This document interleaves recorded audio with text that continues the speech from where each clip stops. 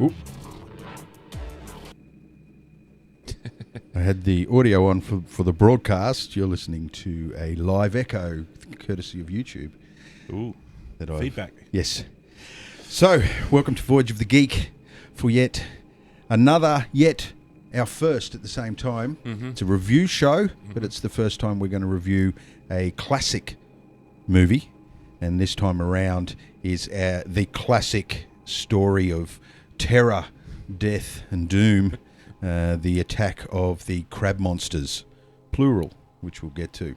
Joining us, as always, on the panel, Dan Miller, myself, Hello. Dave Scotland, and a very special guest, Rik Lagarto. Good morning, universe. It's a pleasure to have you back on board, sir. First of all, what have you been up to? What's happened this week? This week, exciting thing. The game I've been working on has been announced finally. Awesome. Any details that we can share with the world? Well, it's called Yonder Chronicles of the Cloudcatcher. Nice. Actually, It's a cool Sounds title. epic. Have you seen some of the artwork? No, I haven't. I got a little sneaky peek at some of the artwork. Yeah, right. Looks Okay. very nice. Wow. yeah, Can we show that later on? Yeah, Awesome. sure. Make sure we do before we sign off tonight. Oh, okay. We'll throw up a little bit. I think you'll like it. Mm-hmm. Yeah, very nice. Who's doing the artwork? I don't know all the artists, but Joel Stiles, one of the, creators of it, Okay.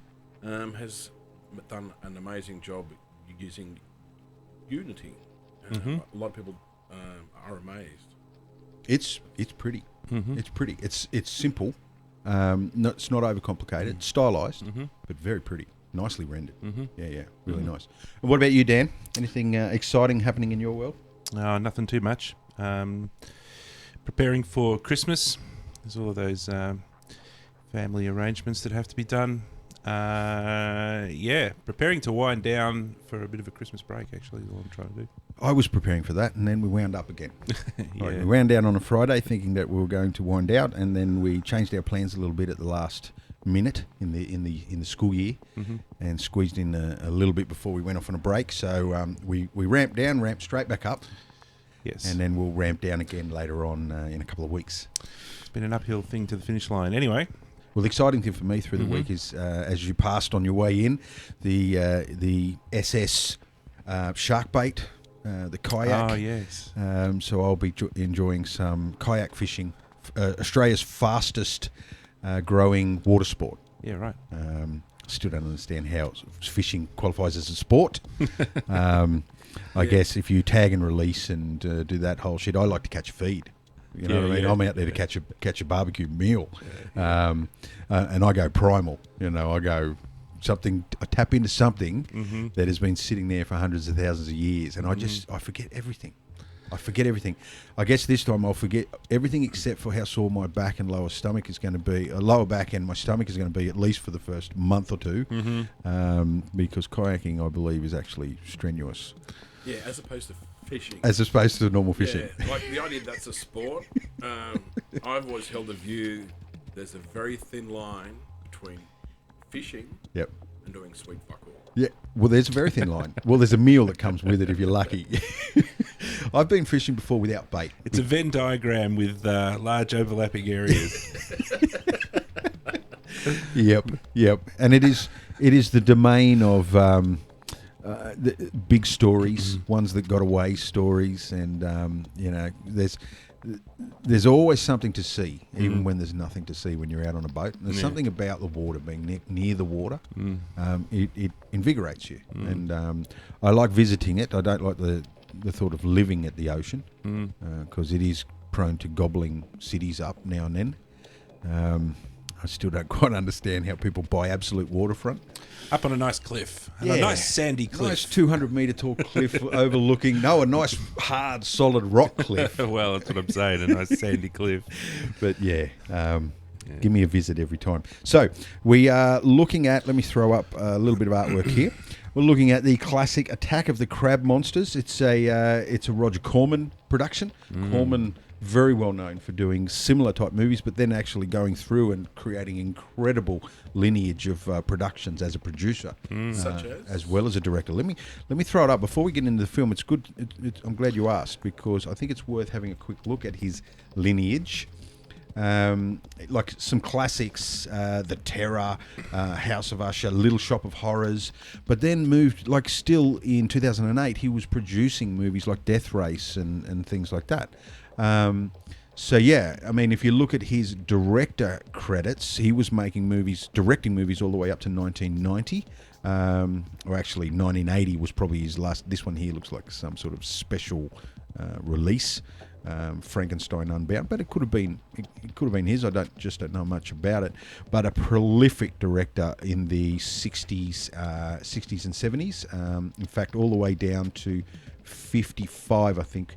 He did a bunch of westerns, some quite well-known westerns, and then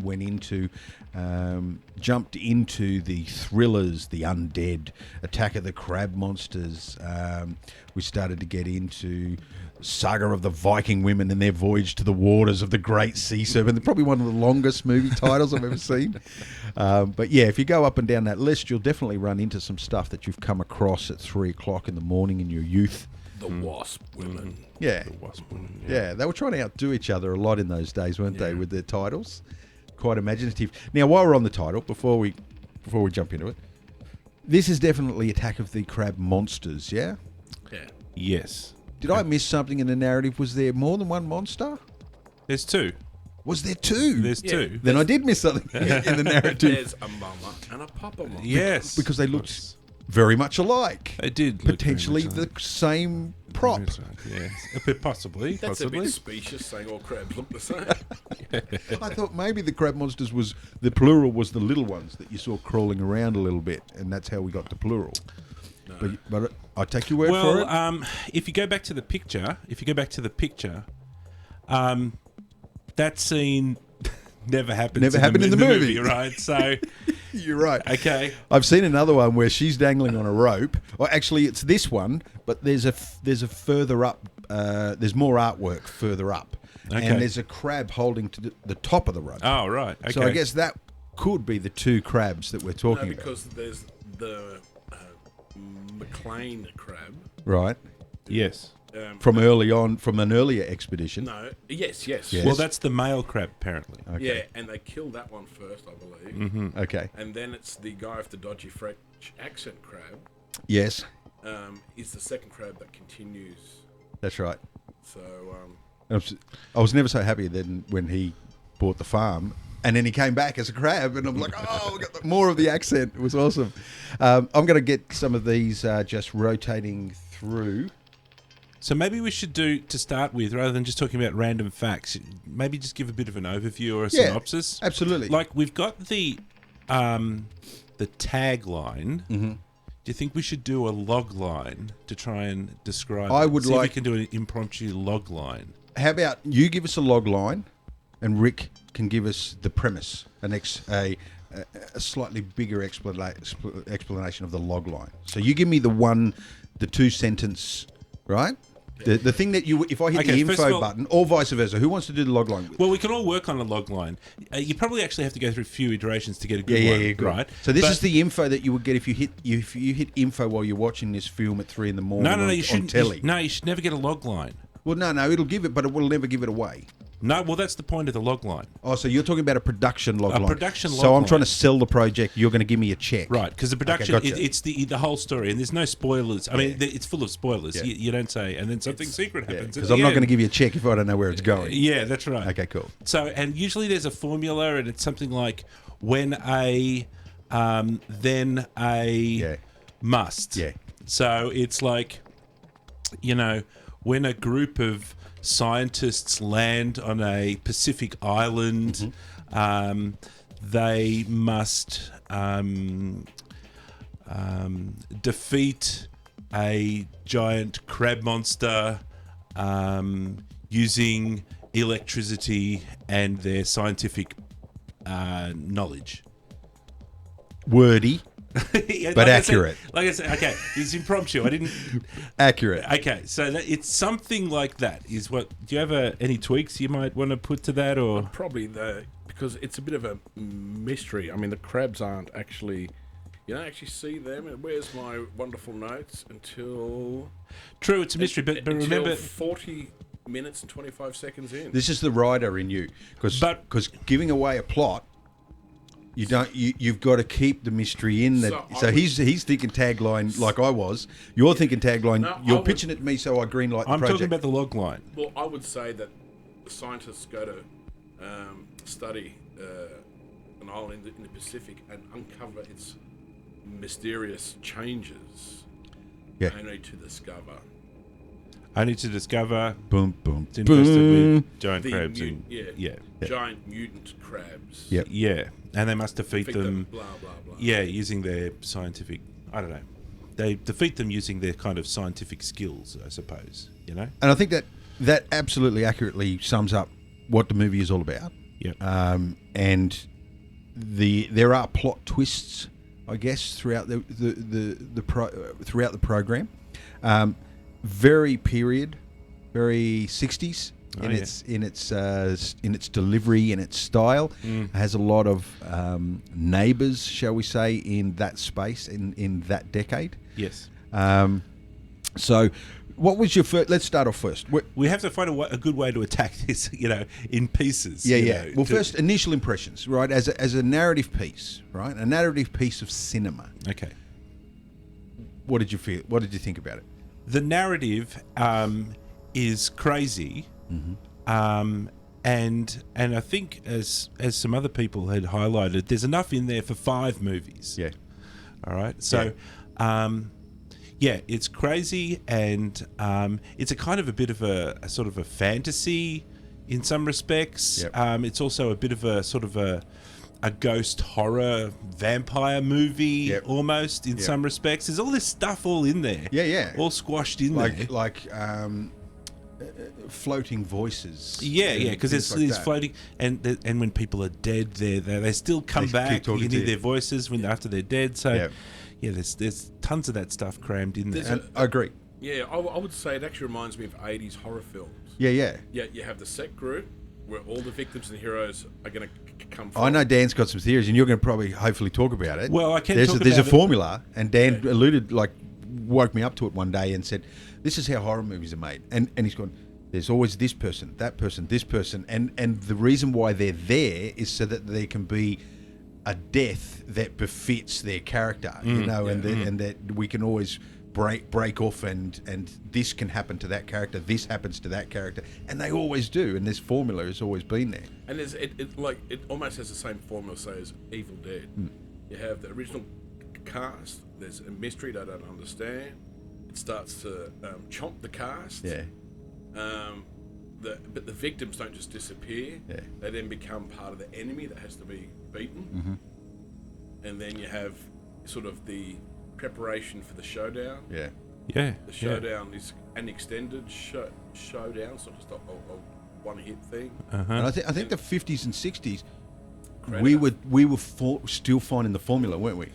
Well, what my sort of response to that is, it might not be that it sounds like a 80s Well, the horror 80s sound movie like film. this.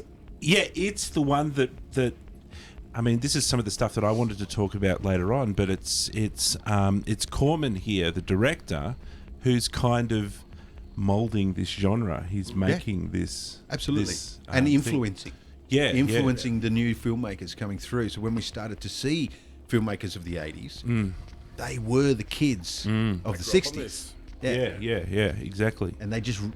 There's that picture with the 2 crabs. It is too. So there was a subliminal... the formula was implanted, probably in your youth. The way the formula was implanted for Lucas when he was watching the early Buck Rogers and those sorts of things was sort of implanted into his thinking. I got a couple of good quotes we can sort of have a look at later. But yeah, I think Lucas and Spielberg and those guys, they were watching these movies, Absolutely. right? When they're kids. Yep. Yeah. All right. So, Now, let me pause here for a sec. We recognise this guy? yes, we do recognise. I can tell you where he is, exactly where he's from. He's a professor from Gilligan's Island. Yes, exactly. And he's still saving the day, fixing the radio, and he's the guy. What about that awkward scene? I had to bring it up. There's an awkward scene where he puts the moves on her. That was excruciating. And they were about to kiss, and she was going in for the kiss as well. And it's like, where the hell did that come from? No, I disagree. She was remaining chaste, yet a little tempted. Yeah, you might be right. Which was her role, I suppose, in the society gender and the film. politics in this. I thought I was just We're all going to go. You stay here in the house. yeah. And how immaculate was the house? Yeah. Like it's some tropical island in the middle of nowhere, and it had like bedside lamps and Yeah. Venetian blinds. And she made the food. Yeah, well, that's right. They got hungry. Yeah. It was up to It's about time I made some food. Yes. Was her line. In that line, in the delivery of that line was, because I'm the woman. Yeah. It's just, you didn't hear it, but it was there. It was in the line. It was about time I made some food. And also, it was interesting. Like when they go diving, the other guy always has to lead her and turn her and pull her this way. That's right. It's like she has no brain, Yeah. no agency. It's just Absolutely. this thing floating in the water that must be directed at. Now every turn. before we I know you've got some stuff that's more holistic overall. Mm-hmm. I've got to talk about some specific scenes that. Okay, wait till we finish. Do you want me to do that at the end? Or? Well, no, we can do that whenever. It just a couple more things on the narrative. Yeah, perhaps go. before we move on. Yeah, it's a great idea. So the scriptwriter is Charles B. Griffith. Yes. Who I've pulled up here, and Charles is in the movie. Which one was Charles? Was he one of the soldiers? Good guess. Did he cop it on the beach? Very good guess. Crewman number 2. One off. You're That's one awesome. off. That's awesome. So, explain to us, Dave, what happens at the very start of the movie. And we're talking the very start. I mean, the very, very Like you can start. still hear the music from the credits in the background still sort of fading out, where a guy falls overboard and then gets fished from the ocean because his head fell off. No. Well, his head gets snipped off by the giant crabs. I of don't course. know whether I saw the head snapping sort of pincer thing happening. I just saw a crab lunge and then being fished out by the legs, because that's how you save someone out of the water. And then he comes over the edge and there's no head. And I remember just losing it. I just cracked up on my own right at the front there watching it. So in the first 2 minutes of the film, a guy's head gets torn off. And that leaves two crewmen, I guess, to do all of the... Getting a bit of static on the mic there. Am I? I'm getting a bit coming through. Is it the music in the background? Oh, I don't know. Let's Check 1, 2. 1, 2. Is it me? I think it's the music in the background. I think there's some parts of this that's a little bit staticky. Oh yeah, I can hear a little bit of popping. I don't know. So I think it's the background music. All right, sorry to interrupt there. It's one of the crabs. So yeah, he gets taken out by the Could be one your of the headies. crabs. Is It your might be my headphones. Yeah. It might be my headphones. But you'll have to get a new pair of these ones. I'm hearing it as well occasionally. No, you must be the background Anyway. music then. Yeah. Okay, so right at the very start, Yep. the guy gets his head snipped off, and that's the scriptwriter. That's the guy Charles that B. dies. Griffith. Yeah. So we didn't see him at all. No. He had no lines or anything. No. And the reason why he gets his head snipped off at the start is because Corman, who's making the movies, this is a low budget movie. 70,000. 70,000. So everybody's doing everything. And Charles, there's a quote from him that he just read Jules Verne. He just read a book by, not Jules Verne, Jesus. Who's the French dive dude? Invented the bloody air The tank. Aqualung. Yeah. Cousteau. Cousteau. Jacques Cousteau. He just read a book by Jacques Cousteau, so he's like, "Oh, Under the Sea, this is awesome." So he says to Roger Corman, can I be the B camera team and go and do the filming for the underwater scenes? Nice. So that's why he films himself, so he ends up under the water with his head snipped off. Now, this kind of leads me into the next bit, which is the instructions that Roger Corman gave to... The B team. Yeah, well, no. B-roll. To Charles Griffiths, who's writing the script. Oh, okay. And he said in the script, when writing the script, that he didn't want any... say it's a sequence, we'll call it a sequence, or a bunch of shots is I think what he's talking about. He didn't want any sequence of shots to not end without action or drama. That is every 3 shots or every 5 shots in the movie that had to end with a action or a drama. Yeah. Either action... So a scene, like a sequence of shots is it's generally like a scene. broken into scenes. Yeah, so maybe call it a scene. So it's not like after every shot. But after every sort of little sequence or scene, some action had to happen, or there was the threat of something happening. Yeah.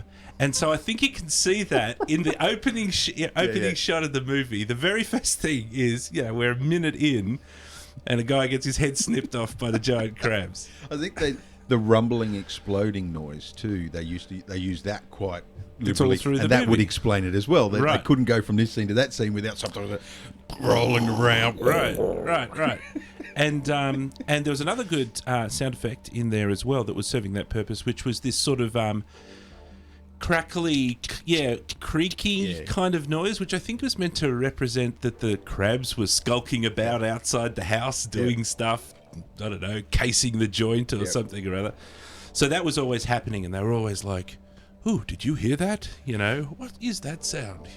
So Stalked by crustaceans. So that's him. That's him developing that formula, isn't it? Like he's putting it down to a formula. If he's talking to his writer and he's saying things like that, that's formula, isn't it? Yeah. Another thing he's kind of saying is, and there's a good quote. There's a couple of good quotes from him about how people, they want story, because we always talking about story. They want story and they want character development, because they want to get involved and they want those things. So Roger Corman says that they want those things, but his instructions, and I think this goes more generally for his idea, is that those things are not to overshadow what people came to the movie for. Yeah. And that's to see people getting their heads snipped off by giant crabs. Yeah. That's what they came to the movie for. Yeah.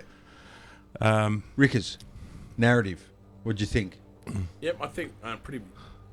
Now I can see that formula in hindsight. Now, as soon as you mention it, a little light bulb went, Yeah. And that's probably, and I have to say, he makes it work pretty well, because it's, on face value, it sounds unworkable. Yeah.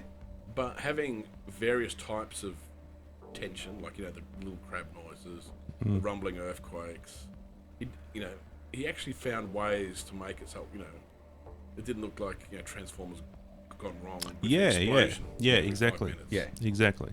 Absolutely, and you're right. It does. When you hear that, then it sort of makes more. The whole thing makes a little bit more sense, doesn't it? Well, actually, albeit still weird. Yeah. It's still something that we're not feel. used to seeing. But it explains decisions that were made. It possibly explains part of the story why there was so much stuff in there. Yeah. Because he's trying to make a spectacle, and he's also trying to keep it happening all the time, that there's always something going on. Yeah. Actually, one thing I never understood in the film is the plane that blows up early on. Yeah. What caused it to explode? Yes. I missed that. Excellent question. I've got... let's talk for about 15 minutes about that, the plane that blows up at the start. If I can do a prelude to that question. Please do. There's a saying that I only sort of kind of come across recently, and that is that cool guys don't look at explosions. Yes. Okay, are you familiar with this? Yep. Like Okay. Arnie had a saying: "Never blink when you shoot your gun." Oh, that's Jackie Chan as well. Yeah, Arnie had that. And I've seen some And actual. Arnie- I've seen something recently. Arnie had a few rules. Like he never blinked when you shoot your gun, and you always turn with your head and not your eyes. So if I want to look over there, you look like that. You know what I mean? Like Yeah, most yeah, people, you yeah. lead with your eyes. Tough guys, apparently, you're supposed to lead with your head. You know what I mean? Okay. I know Jackie Chan gave a tutorial. They said whenever he's going to fire a gun in a movie, just before he does the shot, he fires the gun a couple of times to stop himself being frightened of it. Yeah. And then he can go bang, bang, bang, bang, bang with his eyes open and look really aggressive. And that was his trick. All right, so cool guys don't look at explosions. So this is, I don't know, Jean-Claude Van Damme or somebody or other. And, you know, the bad guys, he's pushed the bad guys or, you know, crashed them into a mountain of 44-gallon drums full of petrol and stuff. And he gets his cigar and he chucks it into the thing. And then he turns away. Yeah. He turns away from the explosion. So we get the hero and surrounded by the explosion. He's in slow motion. He's looking like a tough guy and he's walking along. So yeah, good guy. You know, heroes don't look at explosions. And that was the sort of thing that I thought when I saw the explosion, or rather, I didn't see the explosion. Yeah. In this.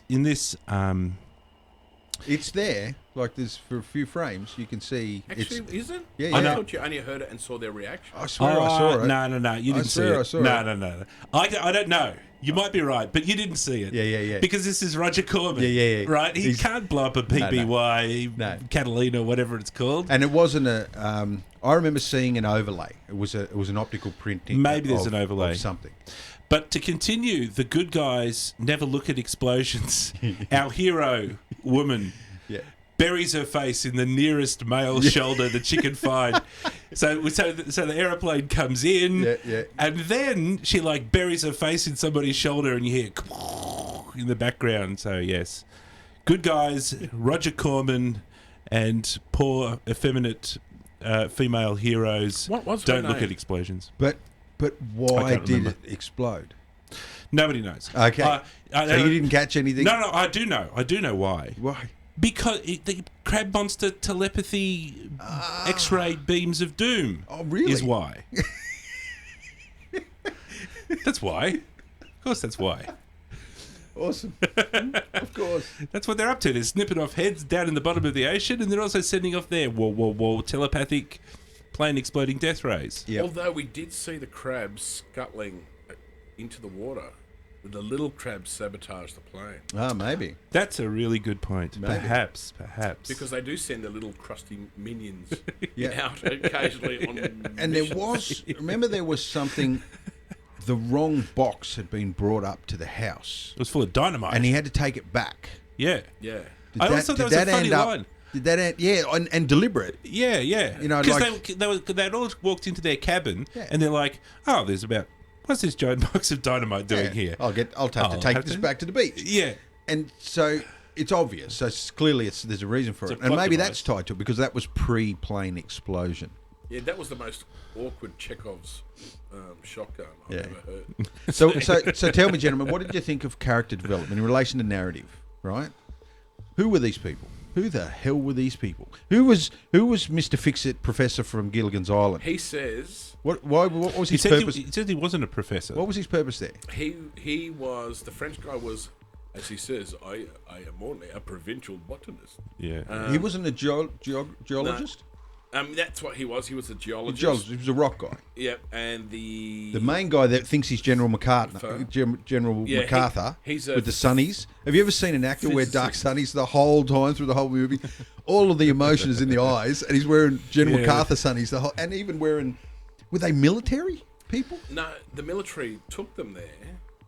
He was wearing military stuff, but it's hard to know because it's black and white. Yeah. He could have been wearing blue. Yeah, There he is with his sunnies on. Yeah. Yeah, they're the B team. They're the B team science crew.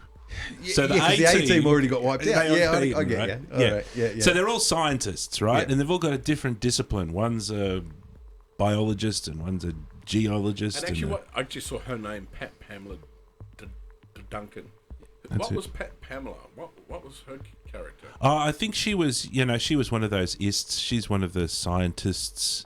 Or was she a scientist? Or was she just the Mrs. Actually, no, she does explain because when she met... She's underwater. She's the underwater. Yeah. She's the... Her and The scuba. Yeah, she's her speciality is underwater. Okay, yeah. That's All right. Because she actually says her and Dave, who is her sweetheart, Yeah. one that she stays chased to, Yeah. they met at some... She explains where they met and what they were doing. Yeah. So she does explain it in that awkward love scene where I'm pretty sure that if whatever drew them away in that moment hadn't happened, she was going to get nasty with the guy behind the boyfriend's back while the boyfriend's getting chewed up by the crab in the cave. In her, like, for all she knew, she's a nasty piece of work out on the island. I'm not convinced. Giving it to anyone. Now, look, I would suggest that is entirely possible for a Roger Corman film. Yeah. But in this case, no, she looked like she was the The damsel. Yeah, a little bit of damsel.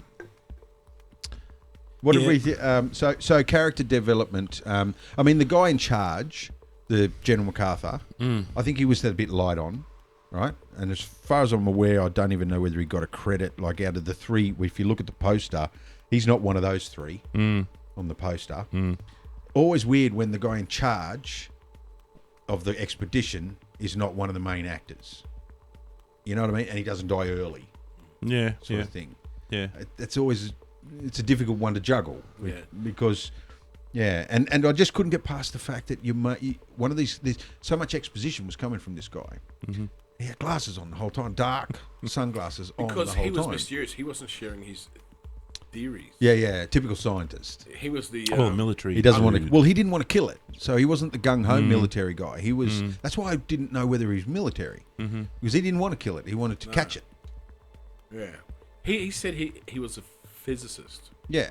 Well, no, actually, the dodgy French botanist says that he says, I'm only a provincial botanist. You are the physicist. Blah blah blah. He's when you see some of these pictures, he shows up in some of these pictures, and even in a still image, he's got poor acting. He's like, everyone else is looking over here, their eye lines are over here, and he's looking like, you can tell he's looking at someone behind the camera or something. Yeah, that one there. It's his bleached hair. It just showed it there. I might have to go right around and show you. It's worth having a look at. Look at all their eye lines, and then look at this guy. Yeah, he's just like, when's lunch? Am I right? Like, that's poor acting in a still image. Yeah. Chick looks concerned. Look at Glasses guy. He's like, oh shit, we're in deep trouble now. And he looks like Jack Nicholson in that one frame moment in time. He looked like Jack Nicholson. But yeah, not one of them paying attention to one another. And he's daydreaming. He's like, did I leave the oven on? This is a meme waiting to happen, isn't it? He was good because at one point he came in with the jokes. Someone just bought it, right? Someone just bought the farm, and he comes in with the jokes, and they give it to him. They're like, "Poor timing, doctor." Well, remember his opening line? What was his opening line? I can't remember. Very prophetic. He's like, so there's an exposition going on. It's like, so we're all the B team, and we're here to find out what happened to the A team. And the French guy says, oh yes, maybe they're all ghosts, and we can listen to them. And he says, hello, can you hear us, dead people? And they're all, ha ha ha, no, that could never happen. That's right, you did too. Actually, the professor there has a army belt on. Did he really? Army, was he? I don't think he's a professor. He's a professor in Gilligan's Island. I think he's just, we're calling him a professor. But he's just a handyman. He's this all-American handyman guy. So is that why he has to sleaze onto the woman's... He's a little too handy. Handsy. Hands-on. He's the macho. I loved... Yes. I love that the professor, the Frenchie, Frenchie Belgie, where is he? That Poirot's unemployed slightly. Here he is. Not only did he get chomped, that was only after he got his hand smashed off by a rock. The rock fell from the ceiling, smashed his hand off. Excruciating pain. They bandaged it up, put him to bed. He woke up in the middle of the night and followed some voice off the edge of a cliff. With the crab. He got chomped twice. That was a little weird. He's like lying on the ground and a rock fell off and it's like, it wasn't a particularly big rock. It wasn't like a... But also, I just thought it might crush his hand to pulp. Yeah. It's still going to be attached. It was a nice, clean chop off. You can see that was probably written in the script. Large shard of rock slices the the biologist's hand, and then on set it's like, throw the polystyrene at his arm, and he's like, "Oh, woe is me!" And it was an opportunity for a gore moment, for that's what they fake hand. I was actually surprised at the gore for 1950s. Absolutely, in the first 2 minutes, with the guy getting pulled onto the boat backwards, and the reveal out of the water, like his torso's coming up, and then all of a sudden, and there's these flappy bits of sinew and shirt. And I was thinking, to pull a human being out of the water by their legs would actually be physically quite a challenge. Absolutely, a dead weight like that. Yeah. And he just plop. So narrative-wise, give us a score, gentlemen, for narrative for this particular film out of 5. Well, it has to have 6 out of 5. Because there's more narrative in this story than can possibly fit. In its humble 60 minutes of total film. We haven't even got into some of the details about what's going on with this crazy film. 60 minutes. They all of that was squashed into 63 minutes. Yeah, 63 minutes, which is that's a telethon special. It's not even a film really. But I guess in those days, films were shorter. Were they? I think they were shorter so they could make more of them. The film apparently was shorter than what we've seen here, because it was released as a drive-in, double feature drive-in. Oh, okay. Yeah. And this is the TV version with a load of crap stuck at the front of it. It's got that Bible quotes. Yeah, and I shall come out of the sea and destroy all that. So they stick all this stuff on to puff it out so that it'll go for a major. And that's very Corman too, though. That's his style. There's some sort of narrative at the start and some animation, profound sort of thing. Animation with the crab with the googly eyes. Yeah. When it was asleep and you could see it sort of open up, you see the paper mache come apart. So I don't know how to judge the narrative in terms of giving it a point score, because you really have to get your scales right, because this is not Shakespeare. No, that's right. And right. We can't really compare it to anything other than that genre for that time.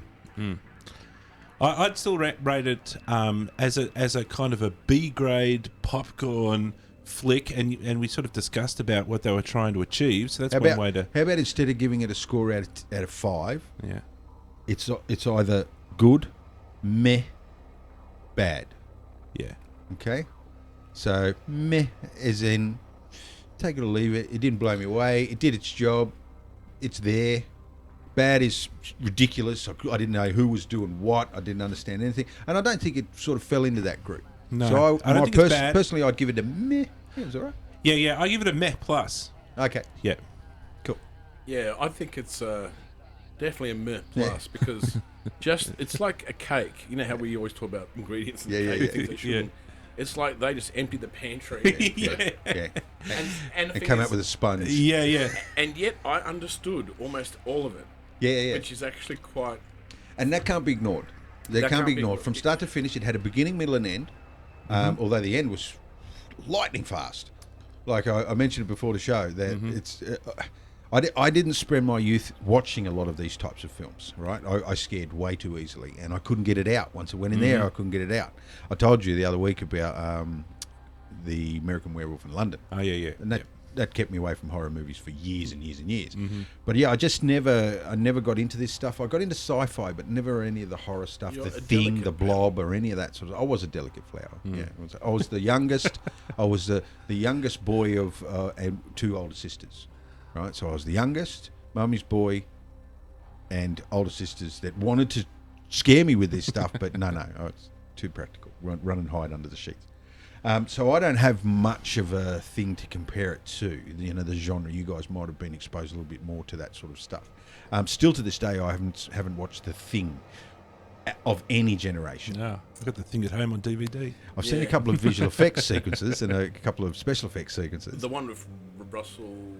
Yeah, that's the 80s one. Is that 80s, early 90s? Kirk Russell, yeah, that's the 80s, early 90s. Yeah, that's one. Is that the original? No, the original one's old black and white. I think there's 3 things actually. I think there is 3. Right, Yeah. there's the new one, There's the middle classic one, Yeah. Yeah. and then there's an old super Yeah. B grade one. Yeah. Yeah. Yeah, the middle ones. And that's what Yeah. this sort of stands with, doesn't it? Yeah, This whole yeah. genre, the swamp monster from Yeah. from wherever. The blob. Yeah. But that kind of actually tells you something, that these things, although this is, I think a lot of these things are better than what the $70,000 budget will allow. And that's how you're some right. of these things become the Little Shop of Horrors Broadway musical, Yep. how they become, I think you're right. you know, these things, is that when you put a little bit more money into them, there's some really cool stuff inside there Yeah. that you can tease out of it. Well, look at in the last couple of days, we've seen a brand new trailer hit the world, a new Mummy trailer, where they've sort of flipped the roles a little bit, where the mummy is a female mummy, and Tom Cruise is the scientist, doctor sort of character that is pursued. You know, you've got to see that. If you haven't seen the trailer, Okay, no. you should, because I put it on Voyage of the Geek's Facebook page. Check the link there, man. Okay. Great trailer. Okay. Really, really good trailer. Really nail-biting opening sequence with a plane Interesting. crashing, and in the plane is the sarcophagus that they Okay. just sort of exhumed and stuff like that. Interesting. But it's the same formula. The Mummy has been retold so many times, Mm-hmm. where they uncover the mummy, and it's from this period as well. The mummy is from this period. They uncover it, and then the mummy wants to regain the relationship that he left behind when he was first sort of Alive or something. cursed and put in the that's the same story. They keep telling it over. They keep trying to tweak it, but it's the same story. So you're right. The formulas, yes, they endear themselves to us because we watch them at a time in our life where we're very impressionable. But also they're good quality formulas. Like, they're simple, you know. Still staying with the narrative, when just reading up more on Roger Corman, you know, he says time and time again, he's got a couple of cool articles about his top 10 tips for making films and stuff, and it starts with a story, you know. So even though it's a 70s and they've got atomic mutant crab monsters, he's still really trying to have the story as the proper basis for which is his launching vehicle for the rest of the... 1957, right? This is only about 3 or 4 years after all of the nuclear testing and things like that. So it's worked its way into cinema with giant animals. You know, it's not far from this to Godzilla, is it? From How the many Godzilla movies. superheroes get their superpowers from Yeah. atomic, you know, Absolutely. nuclear stuff? It's Yeah, I'm wondering. I was thinking that, like, this may not be the first, but it's obviously one of the first, I thought, to actually take I think you're right. that It's mutant radiation idea. causing it to grow larger and have special powers and things like that. Yeah, I think you're right. Like, I'm not an expert in the genre, but it's early, and it's only a matter of a couple of years. You would have to be pretty quick to work it into a narrative, given that, you know, they were still testing in the Pacific at that time. I've seen metrics where people are measuring films based on whether there's atomic power inside them, you know, referenced inside the film. Yeah. You know, and that's one of the hallmarks that tells it Yeah. what the genre is and also the time when it was made. Yeah. Yeah, I love seeing that sort of stuff. They're plotting the actual relationship like that. So we're getting pretty close to perhaps our main super monster villain, and we haven't really touched on some of the surprises that are in this film with regard to what atomic power can achieve when combined with crabs.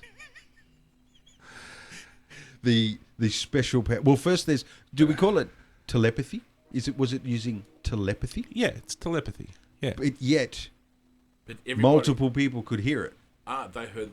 Well, that's what you do with telepathy. You can phone Remember, up all she's sorts hearing of it, different and people. the guy comes over and says, "You heard it too?" Yeah, Yeah. But he actually, the telepathy asked for that person specifically. So because he uses her by name. That's right, he did too. So we're assuming that he did that to the That's other right. guy as well. That's right. So it must if- be telepathic. It's not like it's got a built-in speaker system. Actually, no, he does say No. he speaks through the metal.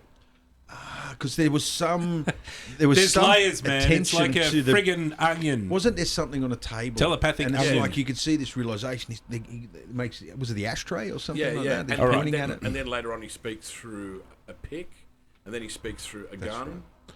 so he can turn any metal into a speaker. Into a speaker. Yeah. So the crabs have the power to turn ashtrays into loudspeakers, to transmit their thoughts. And using the voices of the people they've eaten. yes, And they even explain that. Yes, they take on the presence and the essence of the things they eat. Yeah, the memories. Yeah. So,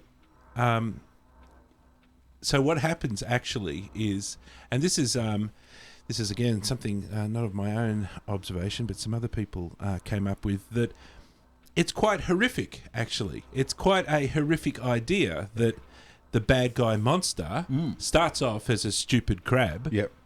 And as he starts eating scientific A-teams, It's getting smarter and smarter. he gets smarter and smarter, and he's starting to, incorporate all of these scientific brains inside, and so building himself up. So, Did you catch the reason why the crab had such an issue with humans? I don't think they ever explained its motivation. I couldn't catch it. I didn't.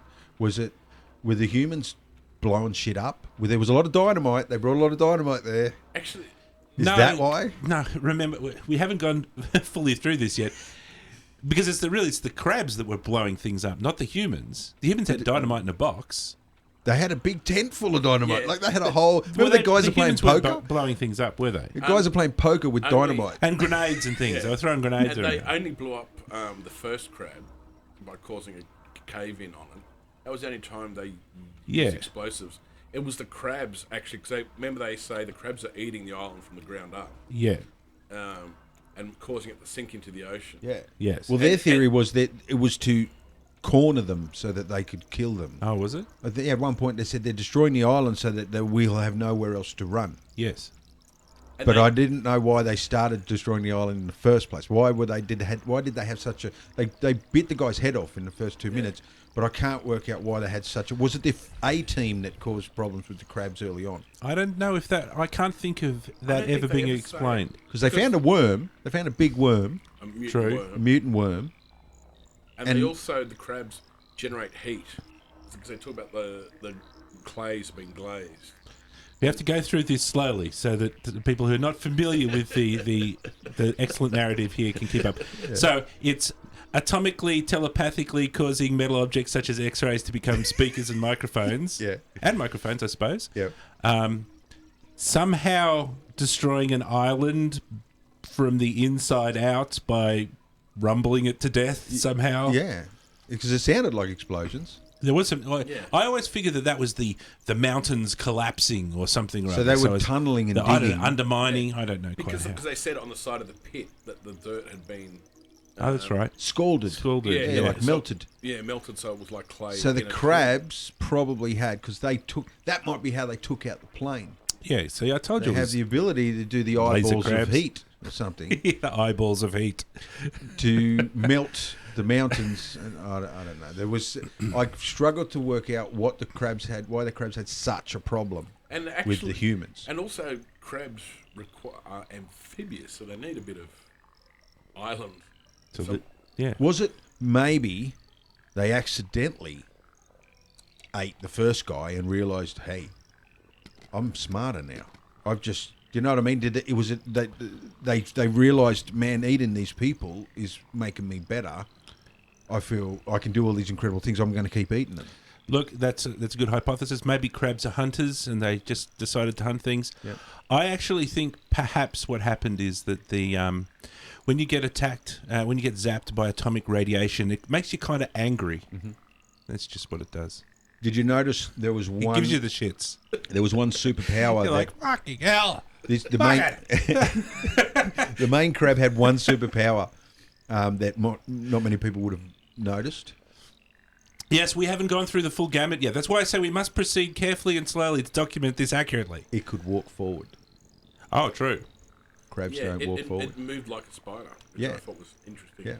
I mean, look, if you can now... The little crabs walk sideways on the beach. Yeah, They got less radiation, obviously. look, if you're a crab and you can speak English in a French accent, I'm sure walking forwards, it's not an issue. Well, they did have all these scientists on board. Yeah, I'm sure they could work out something. It's like, hey, why don't we just try moving forwards instead of sideways? It's like, by Jove, it's a brilliant idea. See, my theory that they got the thirst for the knowledge they were eating. Yeah, They got hungry. that's supported by the fact that she didn't get eaten because Ah, she just made sandwiches. she didn't have any knowledge. Well, On the side. That's harsh. No, I'm sure she was a marine biologist or something like that. Although she didn't know much about crabs. Slightly afraid of explosions Absolutely, and needed always needed a nap. And they also did say that there were no animals on the island except That's for right. crabs and a seagull. And that was odd. There was a comment insects. about the seagulls, wasn't there? Yeah, and they commented at one stage that there were no insects. It was too quiet, no birds. Yeah. Then they come to the realisation there's only crabs and seagulls. Yes. Which is, if you like Catalina Island, Santa Catalina Island, where a lot of it was shot, especially these sort of canyonous type environments. There's not much going on Catalina Island. There's rattlesnakes, birds, maybe the odd seal sort of hauled ashore, but it's like a desert island, as opposed to a deserted island. It's a deserted desert island. And then plonked right smack in the middle of it is a luxury resort, like a 5-star luxury resort. Remember Robert Wagner was married to Natalie Wood, and she died. She mysteriously fell overboard and drowned. Oh, okay. And for years, everyone believes that they had an argument. He pushed her over. And Christopher Walken was on the boat at the same time, right? This whole mystery. Yeah. Natalie Wood. That was in the bay of Catalina Island. It's like where all the stars would go with their yachts on the weekend. Like you said, you can see the Hollywood sign from where they were. Well, it was shot. I got it here.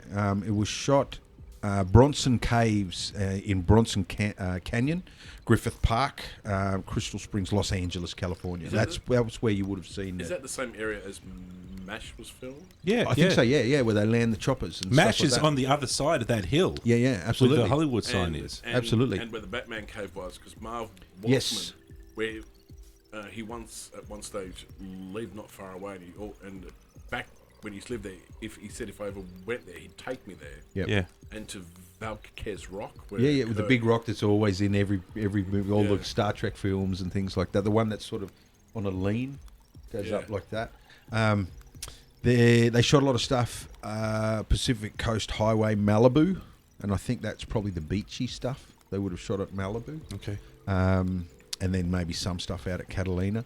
Maryland, Pacific, Rancho Palos Verdes. So all of it was California. The whole thing was shot And the in underwater California. stuff is shot in a marine park. There's a marine Yeah, land. that's a marine land of the Pacific. That's Yeah. at Ranchos Palos Verdes. Yeah. And it's all the underwater scenes. That's how you had the snapper and everything. Sort of. Yeah. Those underwater scenes were weird because I thought they it were was very well filmed. For they the were time. for the budget too. I thought very good, but there was something spatially going on. There was always sort of they'd be swimming at 200 miles an hour, even when they didn't even know about the crab. Very early on, she's out for a swim, and then he frightens the hell out of her. Yeah.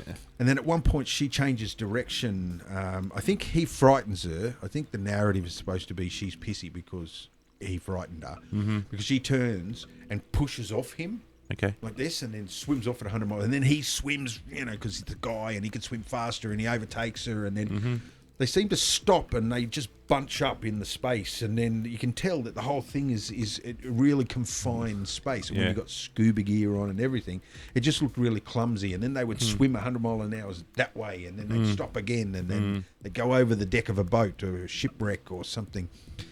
The underwater scenes were really good because of the marine life and that sort of stuff, but weird in its choreography.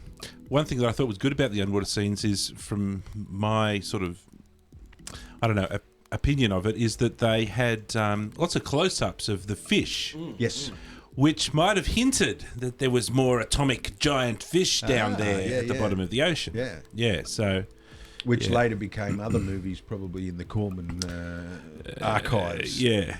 Now, before we go too far, we have not yet exhausted the full extent of the atomic superpowers of the crabs. No.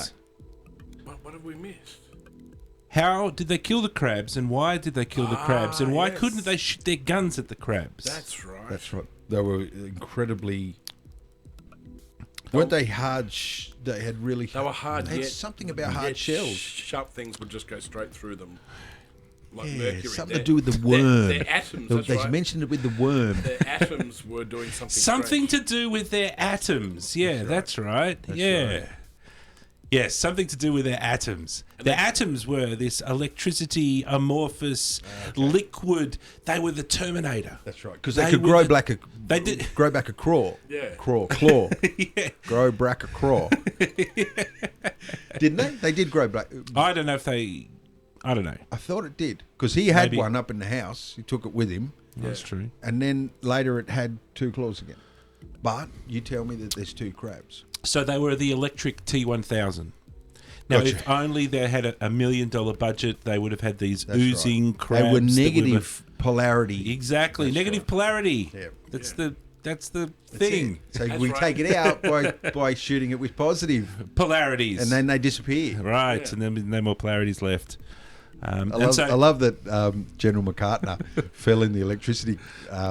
So his mode of death, there's a picture of it where one claw at the ankles, one claw at the head, but the whole time he's getting zapped at the same time.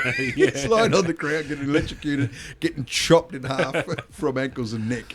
There it That's it. Yeah. Yeah. So the whole time this is happening, he's actually getting zapped at the same time because he fell in the zap trap. One thing that I'd like to sort of highlight and to remember, and this comes from reading up on the back, the back side of this, is that although there's serious people talking about atomic radiation and oh no and this and that, they're actually having a ball, and this is all tongue in cheek, right? So none of them are really trying to be serious, and all of this, hyper electricity and people getting their heads and legs snipped off and stuff.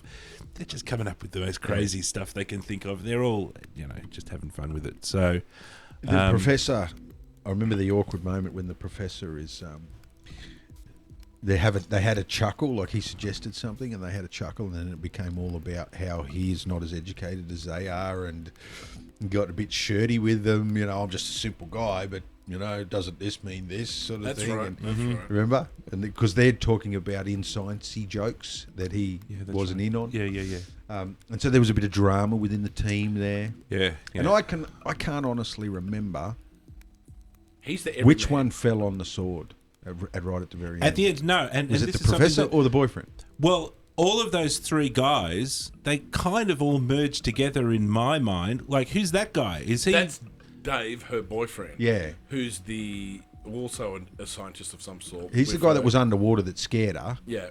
And they they're- were together. and They they're were the all two- holding hands And they're together. the two that survive because they're the virtuous pair. Yeah, Okay. these two survived, or the other guy. No, he died. so Yeah, that's the he does. professor, the Gilligan's Island Gilligan's Island professor died He's- right at the very end. he's Roll the- credits. Yes, he's the one that sacrifices himself. That's right, he did. Yeah. He's the everyman, That's right. He brought the tower down on top of it, Yeah. and therefore got zapped himself. Yeah. and he gave his life. He was the everyman. The soldier died at Normandy. That's right. Well, Yeah. the slightly more elite, Yes, as Trump will tell you, they're winning. or as our own Barnaby Joyce was saying, the smashed avocado elitists. I read in the paper yesterday. Love it. The avocado smashing elitists are the ones left to witness the sacrifice of the everyman. Yes, Interesting. absolutely. To document it. Because, and not because I suppose they're the only ones that can, because the everyman wouldn't document. Indeed. Well, that's right. He's too busy actually doing all the work, saving the world. And he's also the one that puts the radio back together. Absolutely. Yeah. I love the scene where his big victory moment with the radio too was to tune in to Honolulu. A little bit of jazz, big band jazz playing. Yeah, so I can't broadcast, but we're receiving well. Thanks. That doesn't help us at all. I think this is a definite contender for some voiceover action, this particular film, especially now that we're sort of intimately aware of a lot of the scenes. There's some very awkward stuff, but there's some crack up. When they're playing poker, both with the cigar hanging out each other's mouths, and they're playing poker with dynamite. I'll raise you two sticks, and And at one point, he puts the cigar down in amongst the dynamite, and the other guy picks it up. You're trying to blow us, just getting come, sort of thing. And we don't really get to see the crab attack anyone. Except for the General McCartner, I guess. Mm-hmm. But we either see the reaction. Right. We see big claws coming in from the side cutaway, or the big claw attack. Yeah. Quite often it's a thumping claw that'll knock you to the ground. We do see it sort of walking a few times, but it never walks far. It just kind of moves about a metre. Yeah. Oh my! I'll break into a run and walk away quietly, and you won't catch me. The thing that I think he even says it in the film, doesn't he? Say, "What about the crab? Is it too dangerous? I think it's too dangerous." No. We've seen how it moves. We'll just move away if we see it. It won't catch us. Then he gets pulled in half. You see some of these shots here. One of the shots inside the cabin when they're hunting around early on for it in the cabin. And the camera tightens up on the hero to get some tension happening, and then there's a little pause, and then suddenly, rah, rah, rah, this big claw comes in from the side of the film, right. the side of the shot. Yeah. Is that the bit where he goes into like the storeroom? Yeah. Now, one of the things that I just kind of went, you have to be joking. Yeah. He gets attacked. Yeah. He runs out the door, closes the door behind him. Yeah. Doesn't say a word of what he saw. Yeah. And it's just like, just cool. Yeah. He didn't want to frighten Patsy what's her face or whoever that chick. And they can hear the growling on one side of the door, and he says, "I'm going in there. Don't go in there. I'm going in there." And then opens the door, goes in, closes the door. Right? Yeah. What's wrong with leaving the door open? You need to get out of there. Leave the door open. Yeah, that balsa wood door would protect the Patsy what's-her-face in there from the giant crab. But my point is, as the camera's closing in and he's looking around the room with the gun, where the fuck was the giant crab? The giant crab's like this is enormous thing, and he's like... It's hiding behind a lampshade or something like that. No, it comes through the wall. No, it was in the room at the time. No, you see the hole in the wall. Oh, okay. It actually. So he is actually in an empty room until the crab comes through the wall at him. Because I don't know, chomping at the outside of that wall. That's the noise they can hear. Okay. So when he walks in the storeroom, he can't see anything. I couldn't. But then the claw comes bursting through the wall. I just couldn't get past how lavish the Pacific Island house was that was in the middle of nowhere, and that no one knew about what happened to the A-team and all this. Who built the house? And whoever built it, who brought the lamps? There was a double bed, right, that she was sleeping in with... Oh, there it is. There was lamps on both sides. There was curtains and well-stocked pharmacy in the background there. Incredible. And a spare radio. And where did they get their power from? Exactly. There was no... It's atomic power, of course. It was like the professor from Gilligan's Island had a generator made out of some coconuts. Coconut power. That's definitely where it all started. And then even this thing, what's powering that thing? The Zappy trap that they wireless. came up with. Yeah, it's Wi-Fi. Wi-Fi, yeah. So that brings us to technical. So we've given it a bit of a score for narrative. Technical. Let's maybe save this on this. So there's a guy inside that crab suit down there, and you can see these people with sticks. I think it was puppeteer. Yeah, No. There's a guy inside. You reckon? Yeah, there's a guy inside. Oh, you got some inside. Yeah. I went and had a bit of a Does he work the eyes? Yes, he's got two thingos to work the eyes as well. Yeah. Was it a little man? Was it a little person? No. He's squatting down. So he's squatting down. And most of the shots have sort of rubble in front of the crab, so you can't see that there's two little feet inside there. Yeah. Except in a couple of shots where you can actually see his feet. Yeah. Really? Yeah. There's one or two where they screwed up, and the guy inside who was interviewed, was in the theatre, and he yelled out the theatre, "Hey, that's me!" He was swinging this axe around incredibly close to her head in this scene. I remember thinking, man, you're loose and fast with that axe. Hopefully it was a rubber one. Is this the final shot? This is the final thing, right? Yeah. I was thinking, what's he hoping to do with that axe?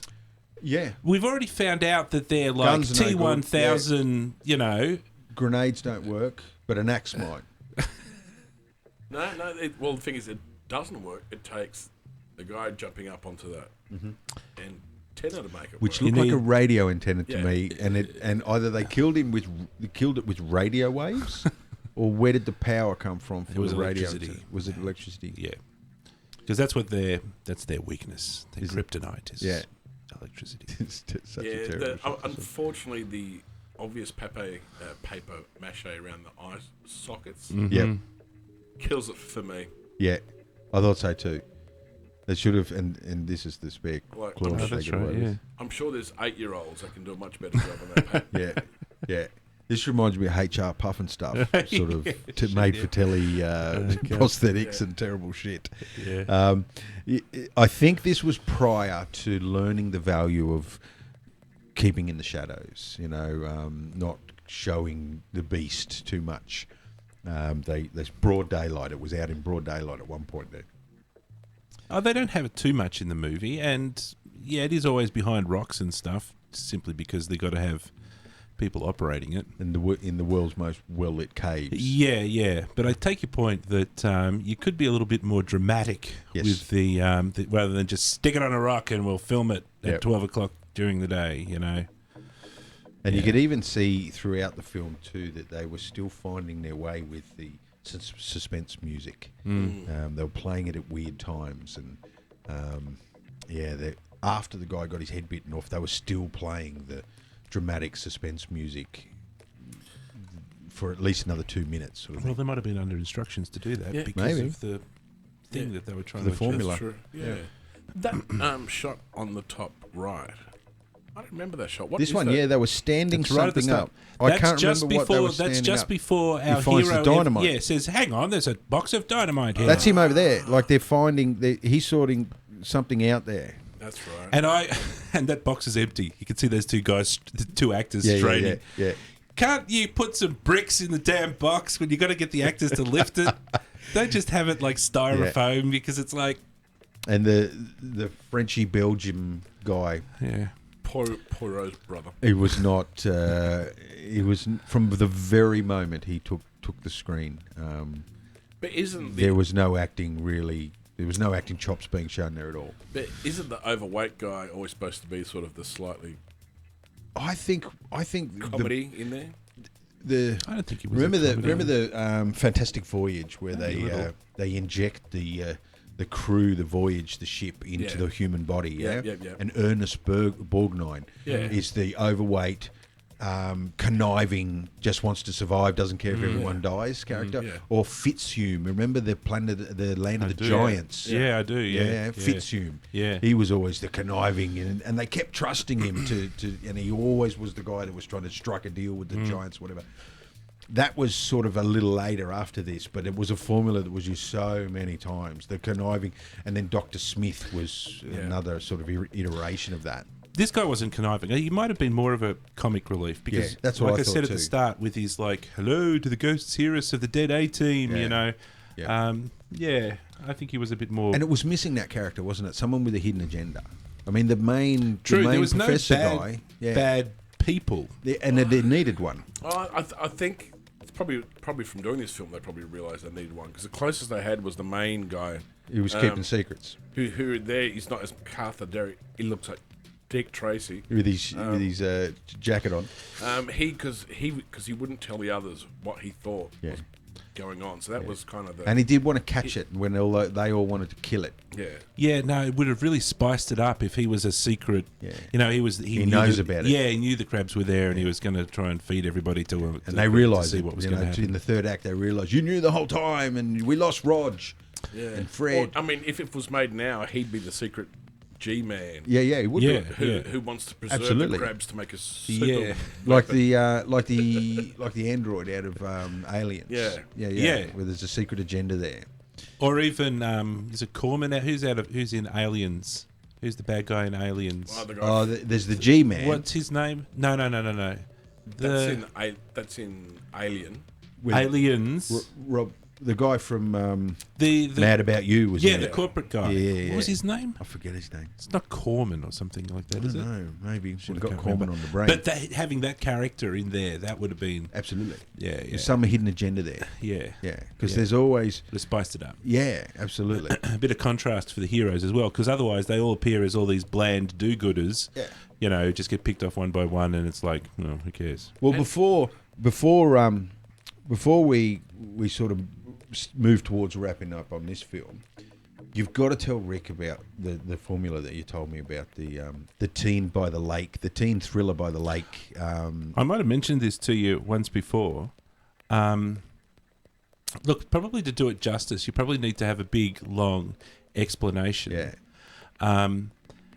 And it's not my idea. It's just me talking with scriptwriter dudes and their kind of analysis of this genre. And it's about B-grade horror movies. Well, we might have to... Let's save it. Let's save it and we'll look at Evil Dead. We'll make a show about Evil Dead in the future. Yeah. Harold Ramis, I believe, is the director of Evil Dead, isn't it? No. Not Harold Ramis. That's the Ghostbusters guy. Yeah. Sam Raimi, the guy that That did... sounds a little bit more familiar. Yeah, but he I did don't know. Spider-Man. Him and Bruce Campbell are very tight, and that's how Bruce Campbell ended up in all of the Spider-Man films. Mm-hmm. Actually, before we go, who was your favourite character in the Yeah, good call. Well, I have to tell you, my favourite character was the Belgian, the French guy. Like he had the comedic relief. He was cracking the one-liners. He lost his hand. He walked off a cliff. He was my favourite. He walked off a cliff. He was awesome. He was awesome. He got his comeuppance because he was cracking wise when someone just got killed. Look, I'd say the same thing, but temper it with the fact that, you know, if we do the Phantom Menace character test, I couldn't tell the difference between any of the other people. Yeah, you're right. Yeah. You're right. Yeah, they did merge into... The only one that showed some sort of character trait in the delivery and in the dialogue was the professor from Gilligan's Island, because he was belittled, you know, and he was making a point. I'm the simple man, you know, and I'll just fix the radio and you know and save all your lives and whatever, and have a laugh at my expense. That was character development. Everybody else, like, we didn't even really know, were they boyfriend, husband, wife, whatever. We didn't get to see. She explains that they're going to get married. That's right. Shortly. That's right. And actually, which brings me... Show, don't tell. Yeah. So he would be my second. The professor would be my second, but I got a lot of fun out of the other guy. Yeah, I do like Poirot's brother in that. The French guy. Oh, yeah. But mine would go to Pamela Duncan, because she's as smart as they are. She's not as strong. She has to put up with a gang of assholes the entire film. And she outlasted everyone. And she outlasted. Yeah. And she wasn't a squealer. Like, she didn't spend a lot of time that's true. squealing and screaming. No. And she was out there scuba diving. I think if you That's counted true. the screams in the film, more came from men. Yeah. Yeah, potentially. Yeah.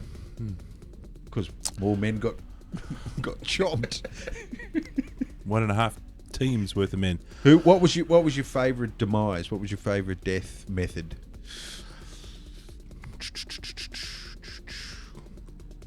I don't know. The two that stand out for me is every man killing himself at the end to save the team, and of course the exploits of our Frenchie hero in his cliff jumping extraordinary. For me, first 2 minutes, the guy's head fell off. Yeah, so right? I just thought that was awesome. suppose. That's all. And the guy's on the beach, he's going, "Don't steer it that way. Yeah, steer it the other way. Oh, you're going to breach it." Yeah, you're gonna.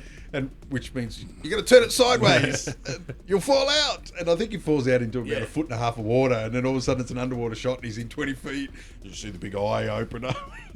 What's going on? And his head falls off. Yeah, because he was the red shirt that barely had time to even put on his red shirt. Absolutely. Right. He didn't even get a crewman number.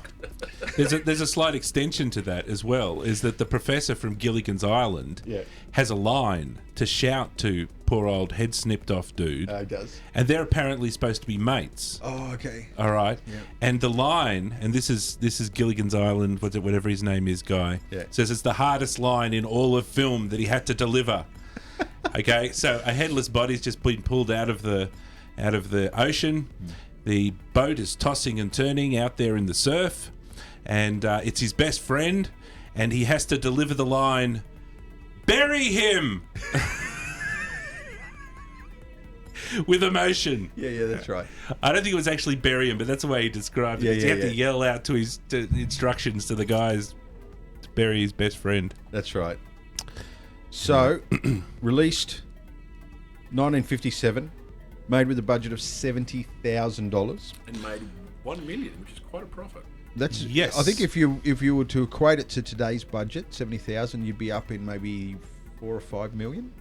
I think if you sort of brought it up, maybe even a little bit more. Yep. And it outperformed its spending, and so therefore, Corman's finding a formula that seems to work, that seems to make money. I mean, $1 million's quite a bit. Reasonably unknown cast. Yeah. I think a lot of these people are his kind of team as well. Mm-hmm. What's her name? The chick turns up in a lot of his films. Yep. Like most. Same with the Professor, Gilligan's Island Professor. He turns up in multiple films. They collect stables, don't they? You know, producers and directors, they collect a stable. Even crew. today with Tarantino, They're a business basically. They've got their regular go-to guys, almost to a little too far. With Tarantino, it's a little too far. He's always trying to squeeze people into. But that's almost become to me a joy of the Tarantino films. A little bit. You're trying to work out, well, how are you going to put Tim Roth in this one? There's always a guy that speaks with a British accent. You're going to try and work him in here somehow. So I had some stuff to talk about for the production. Go for it. Do you want me to flick over? Yeah, let's flick over and just check out a few things. That's static. That's static, true. It's one of the crabs. So I've got the old Mindomo happening here. What time have we got? What time have we got? I think it's... What time is it? Is it 9 p.m? Are you saying 9 p.m? Yeah. When time did we start? I can't remember. No idea. We might have to keep it... Might have to keep it short. Yeah, I've got lots of stuff here, but I'm not going to go through all of it. But there's some quite surprising things. More about Roger Corman than the movie itself. So, yeah, we've got the IMDb here. So it's $70,000, come back with $1 million. I think this one here... 1 hour 16 we'll be going, so... Okay. We can squeeze another 15, 20 minutes in. This is simply from the wiki page, and this is a list. Check out the people that are on this list. Yeah, maybe maximize the screen. Armitage, Bartel... James Cameron. Yeah. Francis Ford Coppola. Yep. Curtis Hanson. Jack Hill. Ron Howard. Yep, Ron Howard. Martin Scorsese. These guys are all first-time directors doing a Corman film. Wow. This is where they all get their start. Yep. And it's not only those guys. There's another sample. Jack Nicholson, Robert De Niro, Dennis Hopper, Ron Howard, Sylvester Stallone. Wow. Death Race 2000. These are all Roger Corman films. Yep. And all of these people get their start working for Roger Corman on one of his shows. Yep. Did his path cross the Canon film group? Did he do any Canon stuff? Well, they're both sort of in parallel, but he's a little bit before. He's a little bit earlier than these guys. He's got a really long filmography. If you go to his filmography here, 1954. I always thought Ron Howard's first film was for Lucas. Was Howard the Duck. Oh, it might not be his first film. Willow. It might not be his first film, but these are the people that, till 2017, he's still producing Death Race 2050. The Death Race movie, part of the shtick of Death Race is that they run over pedestrians in the race as a funny thing to do. That's what they do. And they disintegrate the pedestrians normally. Yeah. So there's another cool line about an interview with Roger Corman about how they're, he's negotiating the deal for the new Death Race 2050, and the studios, the big stupid studios, want to take out, running over pedestrians just for fun? Well, well, I don't like that. That's a bit horrible. Yeah. That's completely horrible. Let's not put that in the movie. And of course, Roger Corman says, no. You don't understand. That has to be in the movie. That is what the movie's about. That's what the people want to see. That's what they've come here for. That's what I do. That's the shtick. That's the thing. Yeah. So it's very specific that, yes. Look at some of these here. That's Scream, Apollo 13. Are we still looking at his stuff? Yes, this is his filmography. That's Apollo 13. It's enormous. Yes. That's Philadelphia. That is. That's Academy Award winning Philadelphia with Tom Hanks, yeah? Yeah. Suburbia, The Howling, Yeah. Galaxy of Terror, Smokey Bites the Dust, which I think is a little known Rock and Roll High third School. Smokey and the Bandit Yes. movie. Yes. Godfather Part 2? What? Yes. Oh, no, he was an actor. Oh, yeah. Sorry. was a senator. So, yeah. Producer. Yeah. The reason why he's Francis Ford Coppola. Yeah. The reason why he's an actor is because all his proteges ask him to come and be in his their films. Yeah. So yes, that's exactly why he's as an homage, as a Ask him to pop into the Von Richthofen and Brown. What do we got there? The Trip. The St. Valentine's Day Massacre, that becomes a classic. Yep. A lot of these are classic. A lot of these are the groundbreaking, formula-making things that all these proteges go and build on. Yeah. Like, I love the 1965 Voyage of the Prehistoric Planet. It's where we got the name for the show. We were looking to those 1950s something of the Voyage of the and it's the posters. Journey to those the big banner posters from the 50s, 60s sci-fi. He didn't shy away from some, like Devil's Angels and Wild Angels. That was that sort of wild bikey genre that had sex. He was violence. always on the fringe, wasn't he, of society, what's acceptable with society. Well, then let me read you this quote. Now, this is from an article. The link will be in the Mind Map, but I want to read out this quote. There's lots of really cool quotes, but so this was his top 10 most important influences on film. Nice. So I'll read out this one, which is just number 8. He laid the groundwork for the explosion of movies your parents don't want you to see. Nice. Corman and his colleagues pioneered the idea of making teen movies transgressive, with the explicit purpose of appealing to young people's rebellious spirit. Before then, teen pictures were like Rebel Without a Cause, where you could tell that the filmmaker was an adult, saying, "Don't be like him, that's a bad thing," right? Stapleton says, in a Corman picture, there's no adult voice of reason. There's no "I told you so" quality, whether it's Teenage Doll or the 50s rock and roll high school in the 70s. You just can't imagine a movie that ends with the kids blowing up their high school before Roger Corman came around. Yeah. It's It's very cool. And that's what you're talking about as well. It's like those edgy, like for the times. Yeah, edgy. Yeah. And edgy not as a way of educating young people. Edgy as a way of entertaining young people. The thing is, he's really pushing boundaries of storytelling for the time. Because don't forget, we're talking about the 1950s and early 60s, where even comics were, very, had a lot of regulation.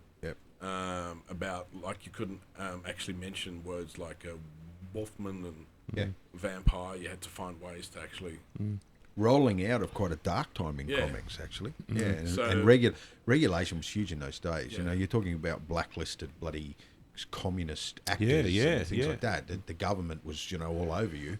I know for one thing for sure, when Corman passes, as far as I'm aware, he's still alive and still kicking going. And still functioning on all cylinders. When he passes away, watch the tributes that are going to roll out for this guy, because now and then there are certain people that you can attribute incredible milestones in cinema. He's one of them. And he's done it through his whole career. And it's a little bit quiet in the background, and he's kind of laying the foundation, I think. He's not, Martin Scorsese. He's the guy who enables Martin Scorsese or all of those type of guys. And probably even had influences on Spielberg's and he earned the George respect. Lucas's and those type of things. Yeah. Like as a producer, People. your job is to negotiate. Really, a producer's role is the same. It's similar in games. Your job is to bring all of the battalions to bear at exactly the right time, with a plan in mind, and you've got to get across the battlefield and be victorious on the other side. Right? That's the producer's role, and part of that is money. Part of that is humans, wetware, hardware, software, all of it. It's all part of the whole thing. That job becomes a lot easier when you've got track record doing what they do. So getting directors on board, getting actors on board, that's got to be a whole lot easier when you've been in the trenches, when you've made all these films that are recognisable, that you've stood behind the camera, you know how to talk to cinematographers, you know how to talk to all the people on the production, so that when you're a producer, everything sings, and I think that's one of the things that he's left. That's his legacy, is that he came up through it, whereas money men, producers, don't always do that. They don't always come through the creative. So most of the time they don't. No, they don't, because they're two very different hats. And not a lot of success comes the way of a producer that comes from the directing ranks. Yeah, that's a good point. But he's managed. So he must have had some good people around him in the producing day when he was directing. He must have had some good producers around him and learnt, like Clint Eastwood learnt from some great directors. The Sergio Leone's doing the spaghetti westerns and things like that. He learnt, and the anti-hero Dirty Harry movies and things like that. He learnt from some of the best, like Corman as well. So and that makes you're then a powerhouse as you get older and you start becoming more right at the top of the pyramid of production. He'll be sorely missed, I reckon. Yeah, I agree. I've got another quote for you, which I think is good food for thought. So there's another quote. Everyone from Jonathan Demme. You know who Jonathan... I think it's Jonathan Demme. Demme? Yeah. So what does he do? He does Silence I think he's of a the director. Lambs. Yeah. Silence of the Lambs. Yeah. So everyone from Jonathan Demme to Ron Howard to Martin Scorsese told me that Roger Corman taught them that you have to make the antagonist even more interesting than your protagonist. And if you look at today's movies, that's how they're all set up. Absolutely. Yeah. Totally agree. So when we were asking who's the most interesting character in Attack of the Crab Monsters, It's crab. it's the crab. You're It's right. the crab is You're the right. most interesting character. Bang on the money. Yeah. And we probably the only reason we didn't sort of go that direction is we didn't equate paper mache to a character. But you're right. Like in the narrative, it's the thing that has all the cool lines. It does all the cool shit. Yeah. It owns the island. You know, it's plucking them off one at a time for fun, almost, because we can't find a good enough reason other than for fun. And I don't know. I think that leads us to like Darth Vader, right? You know, it's this amazingly impressive bad guy that's really eclipsing all of the good guys. Like Luke Skywalker is just some snot-nosed little teenager, really. You know, he's just being totally out And even Tarkin upstaged in by the original Star Wars, like Tarkin. Yeah, He was better than Darth Vader as a character, wasn't he? Like Vader had a presence. There was a iconic sort of badness to him with the darkness and the helmet and the subliminal stormtrooper, Nazi stormtrooper-esque sort of shape to him. But it was Tarkin, man, who was watch. I'm going to make you watch me blow your planet up. Yeah, exactly. With your parents on it. I'm going to make you watch it. That's that ridiculous, over the top, craziness that you see in all of these sort of film. Attack of the Giant Leeches, it's another one of his movies. This is a good one. I'm going to definitely check out your mind map here for Corman. There's a lot of cool stuff, and there's some very cool articles and interviews that are quite insightful. Well, we haven't done it justice either. We've run out of time a little bit because we should pick another Corman movie somewhere down the track and come back and revisit this. Well, funny you should say that. Have you got one in mind? Funny you should say that, because I wanted to come into a close for my little section here with the Fantastic Four. Not the original 1980 Shocker, the Canon film one. No. Cool. The Corman 1994 Shocker one. Oh, with 94? I have pictures. Yeah, this one. Yeah. That was 94. That's 94. Canon Films, man. This is... Oh, is it? Yeah. This is Corman. That's Canon Films. Okay, we have to... I haven't So investigated this... Corman might have directed it, did he? I haven't investigated this properly, but I understand that this is Corman. Let me just tell you very quickly from my point of view. Yeah. The Lost Fantastic Four movie, finally getting its story told. So because it never got released. Yeah. All right. So it never got released. Yep. I've got the trailer here. I've got even the movies up on YouTube. You can go and see on YouTube. And there's this here, Doomed, which is essentially it's the documentary, and I'm sure you'll like this, Dave. The documentary of the doomed Fantastic Four, Roger Corman movie. Awesome. That never was. Is that available now? We can go out and see this I now? found this website. You can perhaps, it's called doomedthemovie.com. I haven't investigated enough. You can probably click buttons and get a hold of it. 94 Fantastic. What are you looking up? IMDb or something? Yeah. I just want to see if I've got it was, IMDb here. It was. I want to see who the production company was because I swear it was in our homage to Canon. To the 80s. To Canon Films. Yeah. To the 80s so production Canon Films. company, New Horizons, Constantine Film Production with a K. Distribution. So while you're doing that, I'll just let some trailer happen in the background. It doesn't look like it was. Maybe it wasn't Fantastic Four. Maybe it was Captain America. There was a shitty Captain America one. Yes, it was Captain America. That's what it was Captain America. Yeah, that's right. So That's right. I know what we did. We looked at DC versus Marvel. yeah, I think so. Yeah. Yeah, and there was a Fantastic Four that flashed up there, but we didn't go into it to find out that they hadn't actually made it.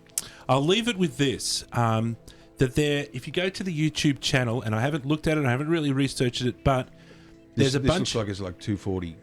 Yeah. 320 This is hyper low, but It looks like it's 1982, not 1994. it's 1994. He walked out of a church before in full regalia, getting married in that outfit. The comments, left in the comment section, the type of things that people say. I only read a few of them, but they're like, "This is way better than that the superhero crap that they're putting out nowadays," or people say, "This is actually a really cool story." Yeah, I know the graphics are a bit crap, but it's a really cool story. And other people will say, Fantastic Four fans will say, "This is the best." Yeah. Homage to Fantastic Four ever. This movie. How can that look like that in 1994? Considering what was being made in '94, I don't know. It's pretty. Remember, pretty the outrageous. budget would have been $15,000. That's only 2 years or 3 years. 2 years I don't know what the before budget was. Phantom Menace. Yeah. So that's made for telly. This is after, Terminator 2. Yeah. A it while is. after Terminator 2. And Absolutely. Am I right? It's Fantastic Four, 1994. There's the Professor Doom or whatever his name is, Dr. Doom in his suit. Yeah. This is what we're talking about. I mean, I know This is Roger Corman. You're forgetting the Corman factor. Yeah. Still, I'm a little. I know, I was smoking and drinking a lot of things I probably shouldn't have been at the time, but I remember films in the early '90s being a little bit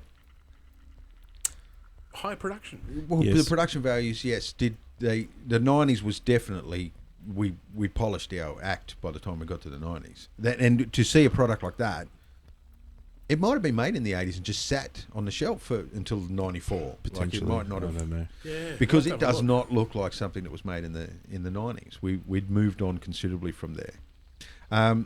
I'm picking our next movie, gentlemen, for our next classic review. Yep. May I? Yeah.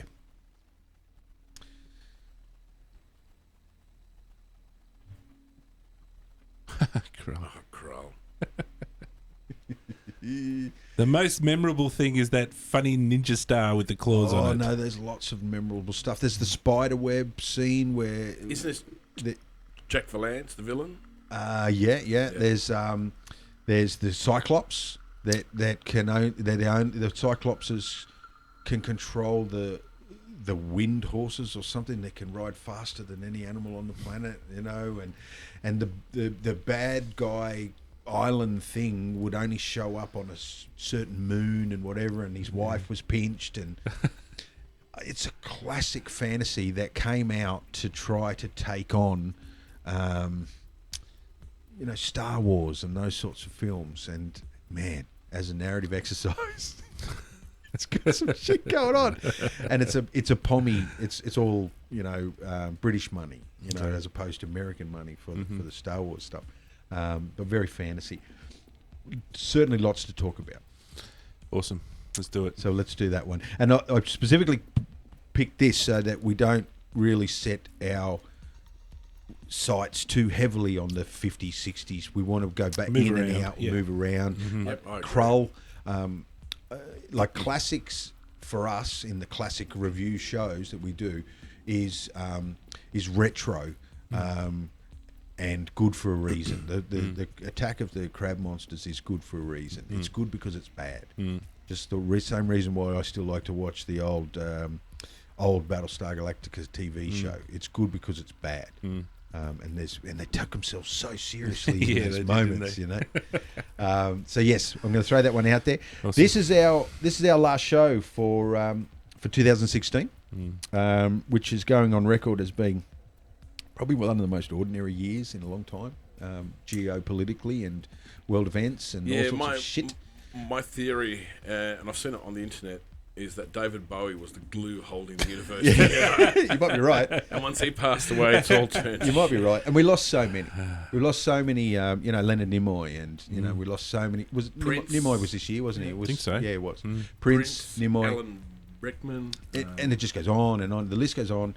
And then you've got all sorts of political shit that, we want to forget. And there's pipelines being laid on Indian land and just fucking shit everywhere. Yep. And so 2016 has not been a great year, but I think that's one of the reasons why we like doing this show. That we sort of rise above that or to the side of it, and we don't worry about it, and we just get on with waffle and dribble that we enjoy. Important stuff like atomic crabs. Yeah, atomic crabs. And trying to work out why the fuck they had it in for the humans all and the time. how the hell they could shoot down an aeroplane from underwater. With great accuracy as well.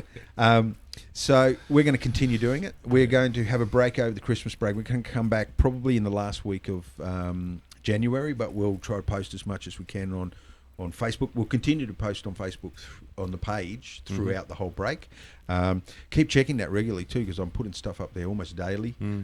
Stuff from all sorts of things, from render engine stuff to everything. Why don't we put the Donda trailer on there? That game I've been. Oh no, stuff that. We're going to have a quick look. Give me an address, because I want to show Dan, and I think we should. You can actually just go to YouTube. And you'll find Yeah, it. don't forget showing off the trailer. Donda Chronicles. I'm glad you reminded me, because I would have been sitting here in about 5 minutes when you reminded me after the show, dirty at you for not telling me. So it's Donda, D-O-N-D-A? Donda, why? Donda, like. Oh, yonder. Yonder. Like over. Yonder. Yonder over there, it's my. Yonder is a word that is poorly neglected in the English language. trailer. Y-O-N-D-E-R. Yeah. This one. Yep. Ooh. Are we going to get hammered for copyright here? Probably. I sincerely hope not. Let's come back here a bit. Crude humour. Humour. It's funny how you're affiliated Associated with such a thing. Let's see if we get some audio happening. Pains me to send you so far away. But I had to be sure you would be safe. At first, the island kingdom may seem strange, full of magic and fantastic creatures. Nice. Yeah, that thing's cool. But you shall find honest people It's there. called a groffle. Yeah. Trust in their wisdom, and let the celestial compass guide you. Have courage, my child. For one day, you shall find your way home.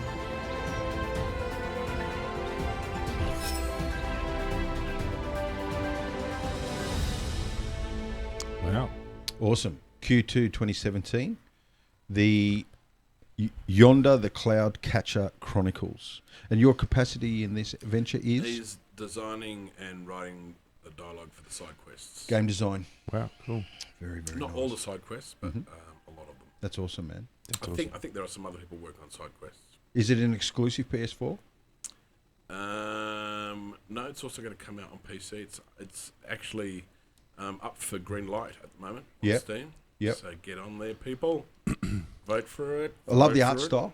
Yeah, It's very a great nice. art style. It's beautiful, and you can tell someone knows what the hell they're doing with it. With the complementary colours, the softness. It's got a style that's definitive. You can define it and look at it and go, "Yep, I think that's all part of that one thing." Well, the Cheryl and Joel, who are the two people who I used to work with years ago that are behind this, they love their Eastern gaming, Very nice. and you can see that influence. We might in the new year. How about in the new year we get you on, and we Skype them in. Skype someone in the higher up echelon in to have a bit of a chat about it. Yeah, that'd be awesome. I'd love to. Yeah, learn a little bit more about it.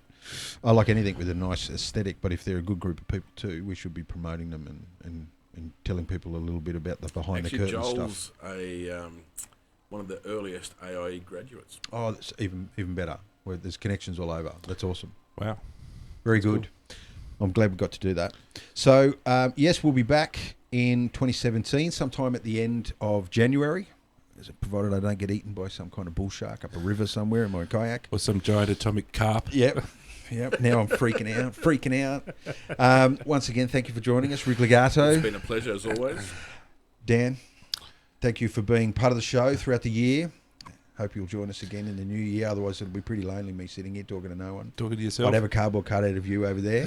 It's probably just be some clothes and a picture of you on top because they're expensive. Cardboard cutouts life size are And expensive. left here too long, you start doing the crab. Yeah, mutating. I'd still probably lose the arguments. So that's it for 2016. Season 1, I guess. We'll call it, and season 2 commencing in 2017. We hope you can join us then. Until then, have a good Christmas, have a happy New Year, be safe. Happy Festivus. Yes, for the rest of us. Serenity now. Yes. Okay, that's it for us. Until next time, bye for now. Bye-bye.